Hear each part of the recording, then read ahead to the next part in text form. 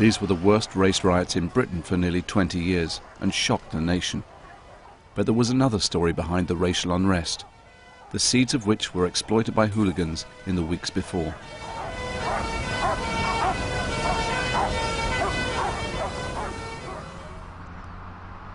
At Oldham Athletic, there are a small number, perhaps 30 or 40, who make up the hardcore hooligan group. One, on the phone in the centre, is a familiar face: Martin Fielding. And I've known Martin for quite a few years, through football stuff and political stuff, and he's always been well respected on both fronts. He's just a game lad at football. One of the top faces up at Oldham. Martin Fielding was also arrested and deported after rioting at Euro 2000. Oldham's firm are called the Fine Young Casuals, and there was certainly a racist element within the FYC. The 2001 football season coincided with rising racial tension in Oldham, which some football hooligans were looking to exploit. The Oldham lads were saying all the time that there was stuff happening that wasn't being reported, and Asians were attacking whites, white lads were fighting with Asian lads all the time. So we knew that something was going on in Oldham long before the press knew. It was no surprise to us when Oldham exploded. It took a football match to spark it. Oldham were at home to Stoke City. There was trouble before the game as hundreds of Stoke hooligans arrived. First I heard of it was from the Oldham lads. One of them phoned me up and said that Stoke were up here. Stoke were turned up and it's absolutely going wild with the police and everything. Earlier that week, an Oldham pensioner, Walter Chamberlain, was mugged by two Asian youths. Although his family denied it was a race attack, it got national coverage, fueling unproven allegations of no-go areas for whites. Fuck you, the Stoke hooligans came to confront the Asians. What? And the Stoke lads called this mobile phone of one of the Oldham boys and just said, look, we don't want to have it with you, we were here to have it out with the packies because of what happened to that old guy, which was Walter Chamberlain, after he had got attacked. So all the Oldham lads were like, great. They all joined up and they marched through the big Asian estate down there. They finally had the upper hand on the police. No one could control them. It was just like a free, 10-minute runaround. As the police tried to regain control, leading members of the Oldham hooligan firm, the FYC, like this man on the left, Kevin Goff, were arrested.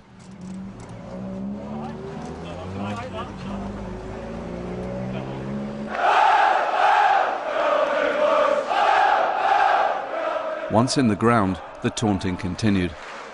Though there was hardly an Asian face, some Stoke and Oldham supporters chanted racist abuse.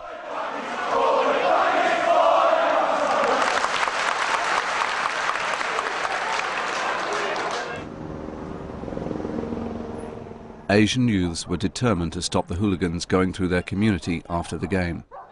If they come here, we are not going to back down. We don't want the violence. But we are not going to back off. We're not going to hide in our houses. We are going to defend ourselves. Yes. Our families, they are scared. Yes, we are going to defend our families. At the end of the match, some of the hooligans attempted to rush towards the Asians. A Molotov cocktail was thrown, apparently by Asian youths.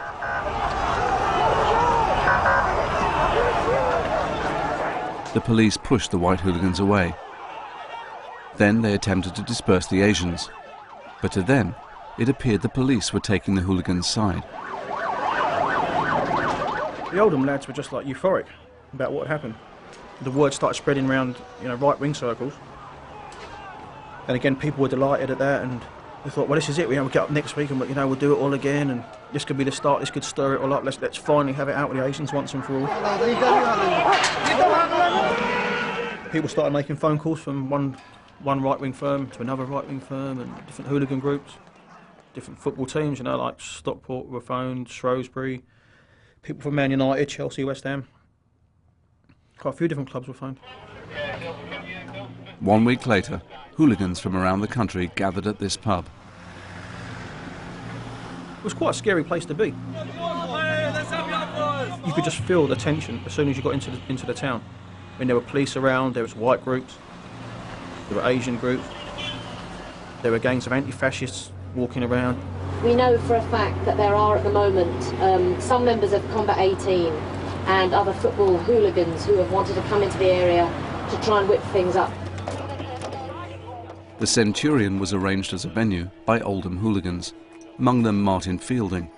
Also present was his friend Darren Wells. Though unknown to Fielding, Wells had become an informer. I was all for diffusing the situation, and in times gone past I'd have all been for escalating it.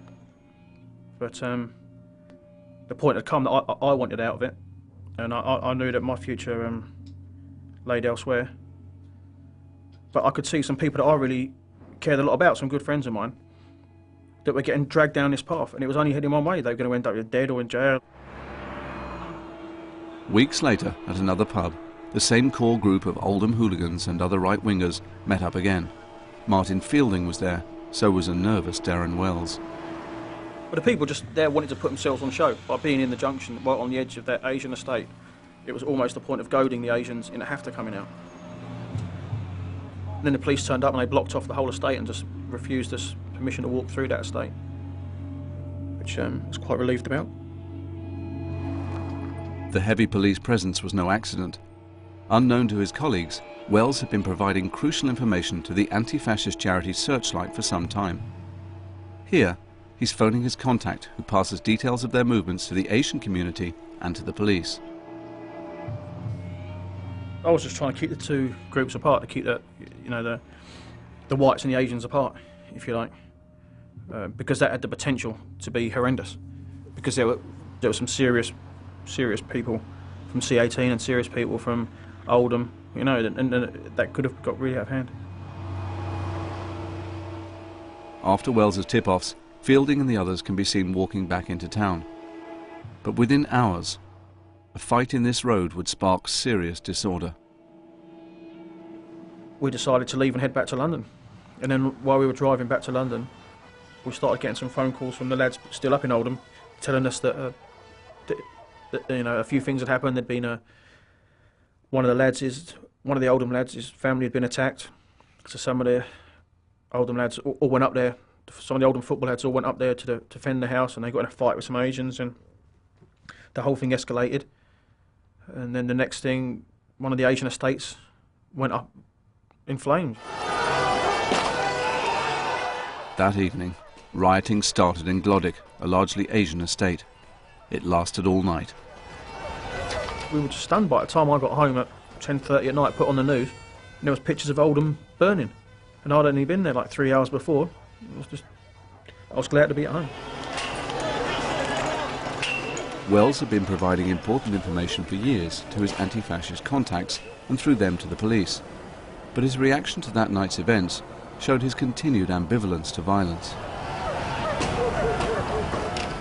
Part of me was relieved that I was out of it and at home and wasn't going to be arrested. And then part of me was just excited, because it's just violence and sporadic violence, just unplanned, spur-of-the-moment violence. It's just the same as hooliganism.